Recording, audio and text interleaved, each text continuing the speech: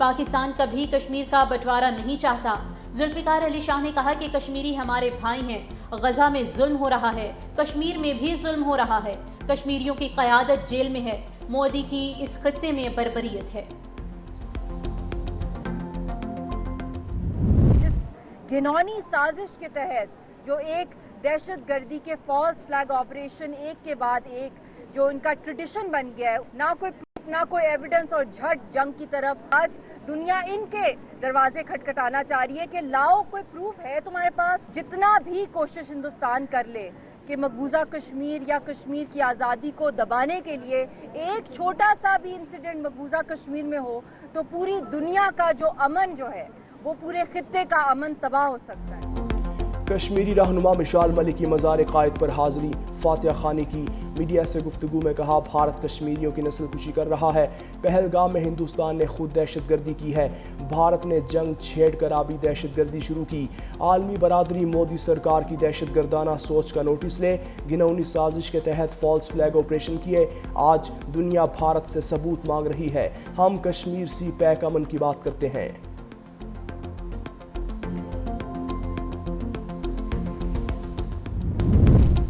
پاکستان نے روس یوکرین تنازع میں پاکستانیوں کی مداخلت کے الزامات مسترد کر دیے، یوکرین سے وضاحت طلب کرنے کا فیصلہ۔ ترجمان دفتر خارجہ نے کہا کہ یوکرینی حکام نے اب تک کوئی قابل تصدیق ثبوت فراہم نہیں کیا، پاکستان کو یوکرینی حکام کی جانب سے باضابطہ طور پر آگاہ بھی نہیں کیا گیا۔ حکومت پاکستان معاملہ یوکرینی حکام کے ساتھ اٹھائے گی۔ پاکستان یوکرین تنازع کا پرامن حل چاہتا ہے۔ پاکستان اقوام متحدہ کے اصولوں کے مطابق بات چیت اور سفارتکاری پر یقین رکھتا ہے۔ پاکستان اقوام متحدہ کے چارٹر کے اصولوں کی مکمل پاسداری کرتا ہے۔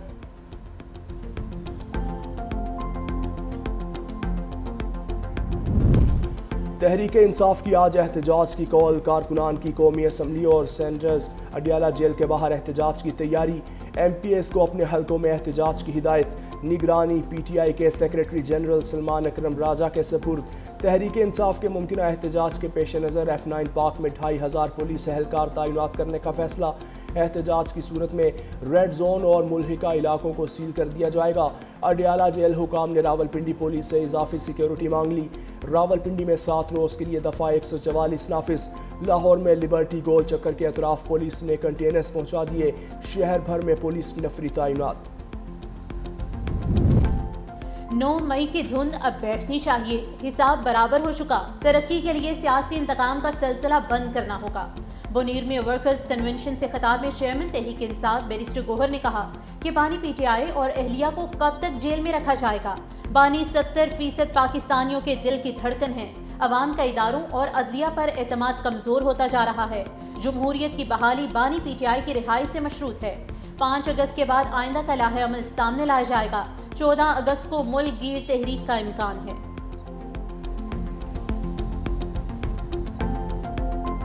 آج جہاں پوری قوم یوم استحصال کشمیر منا رہی ہے، وہاں پہ ایک گروپ استحصال پاکستان منائے گا۔ پاکستان کے اوپر ایک نئی سازش جو ہے وہ پلان کرنے کا پروگرام ہے۔ آج کا دن صرف کشمیریوں کا دن ہے۔ آج کا دن ہمیں پوری دنیا کو یہ باور کروانا ہے کہ کشمیر بنے گا پاکستان۔ آج پھر سازش اور فساد پھیلانے کی کوشش کی جائے گی، افسوس پوری قوم استحصال کشمیر منا رہی ہے اور ایک گروہ استحصال پاکستان منا رہا ہے۔ کوئی گروہ ریاست کو کمزور نہیں کر سکتا۔ والدین اپنے بچوں کو شر اور فساد سے دور رکھیں۔ صوبائی وزیر عظمہ بخاری نے اپنے بیان میں کہا بھارت کو دھول چٹا چکے ہیں، وہ سفارتی سطح پر تنہا ہے۔ نواز شریف اور وزیر اعظم شہباز شریف کسی فورم پر کشمیر کو نہیں بھولے۔ امریکی صدر ڈونلڈ ٹرمپ بھی کہہ رہے ہیں کہ کشمیر نامکمل ایجنڈا ہے جسے مکمل ہونا ہوگا۔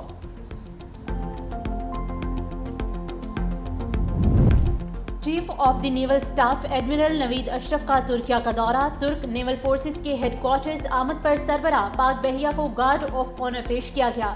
Chief of the naval staff admiral Naveed Ashraf کی ترک نیول فورسز کے کمانڈر سے اہم ملاقات، 2 طرفہ بحری تعاون اور باہمی دلچسپی کے امور پر تبادلہ خیال۔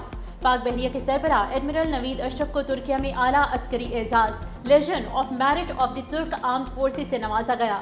پاک بحریہ کے ملچم پروجیکٹ کا جائزہ لینے کے لیے سربراہ پاک بحریہ نے استنبول نیول شپ یارڈ کا بھی دورہ کیا۔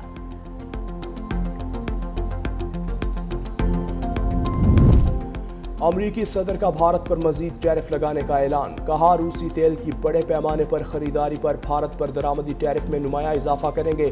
بھارت نہ صرف روسی تیل کی بڑی مقدار خرید رہا ہے بلکہ اس کا بڑا حصہ عالمی منڈی میں فروخت کر کے زبردست منافع بھی کما رہا ہے۔ بھارت کی روس کے ساتھ بڑھتی ہوئی قربتیں، دفاعی اور توانائی معاہدے سمیت بڑھتی ہوئی تجارت پر تجارتی پالیسی پر نظر ثانی کر رہے ہیں۔ بھارت کو اس بات کی کوئی پرواہ نہیں کہ روسی فوج یوکرین میں کتنے لوگوں کو مار رہی ہے، اسی لیے میں بھارت کی امریکہ کو ادا کیے جانے والے ٹیرف میں خاطر خواہ اضافہ کرنے جا رہا ہوں۔ ٹرمپ نے بھارت پر 25% ٹیرف عائد کرنے کا اعلان کیا تھا۔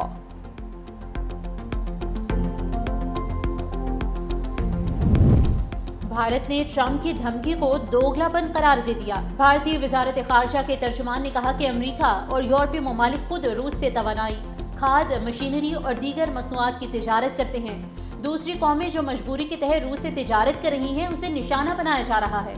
امریکہ اور یورپی ممالک کے اقدامات بلا جواز ہیں، معاشی تحفظ کے لیے تمام ضروری اقدامات کریں گے۔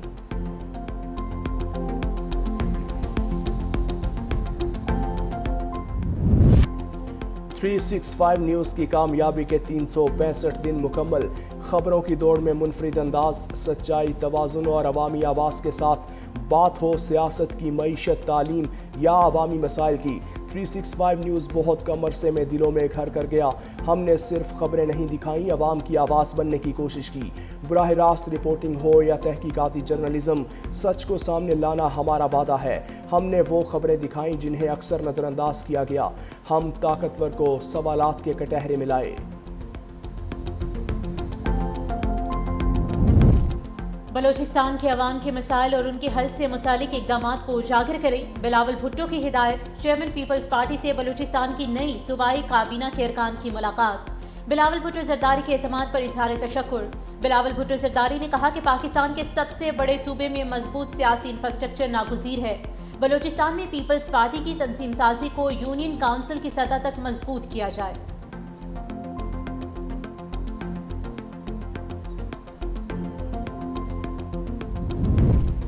تحریک تحفظ آئین کا چیف جسٹس سے شوگر سکینڈل پر کمیشن کا مطالبہ۔ چیف جسٹس آف پاکستان کو خط لکھ دیا، کہا سکینڈل پر معاملہ 3 رکنی ججز کمیٹی کو ریفر اور از خود نوٹس لیا جائے۔ شوگر سکینڈل کے ذمہ داروں کا تعین کیا جائے۔ دن دہاڑے عوام سے اربوں لوٹ لیے گئے، تمام احتسابی ادارے خاموش ہیں۔ حکومت میں موجود چند خاندانوں کا بل واسطہ شوگر انڈسٹری سے تعلق ہے۔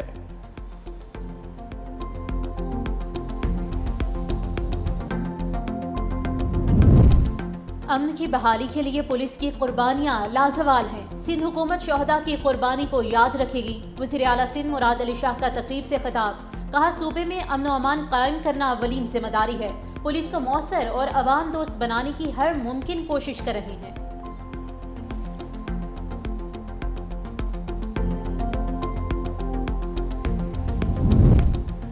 رواں مالی سال کے پہلے مہینے میں ہی شہری مہنگائی کے بوجھ تلے دب گئے۔ چینی کی قیمتیں بڑھنے سے ایک ماہ میں مٹھائیاں بھی مہنگی ہو گئیں۔ ڈاکٹر کلینک فیس، ڈینٹل سہولیات اور میڈیکل ٹیسٹ بھی مزید مہنگے ہو گئے۔ سرکاری دستاویز کے مطابق جولائی میں بجلی، گیس اور ٹرانسپورٹ کی قیمتوں میں بھی اضافہ ریکارڈ۔ ہاؤس رینٹ اور پلاسٹک کی مصنوعات بھی مزید مہنگی ہو گئیں۔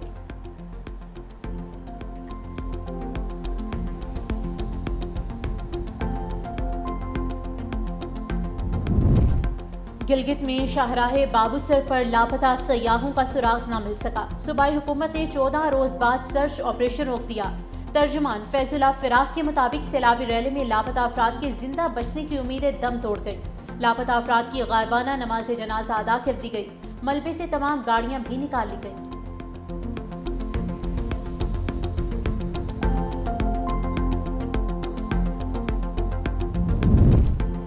ملک میں طوفانی بارشوں کا الرٹ، شہروں میں اربن فلڈنگ اور لینڈ سلائڈنگ کا خدشہ۔ این ڈی ایم اے کی رپورٹ جاری، بالائی اور وسطی علاقوں میں 10 اگست تک شدید بارشوں کی پیش گوئی۔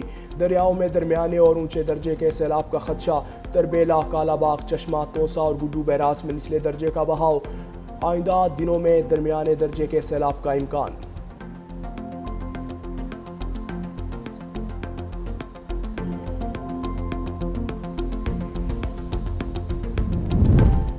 لیفٹیننٹ جنرل ریٹائرڈ محمد سعید چیئرمین رابطہ تعینات، وفاقی کابینہ نے منظوری دے دی، وزیر اعظم سے لیفٹیننٹ جنرل ریٹائرڈ محمد سعید کی ملاقات۔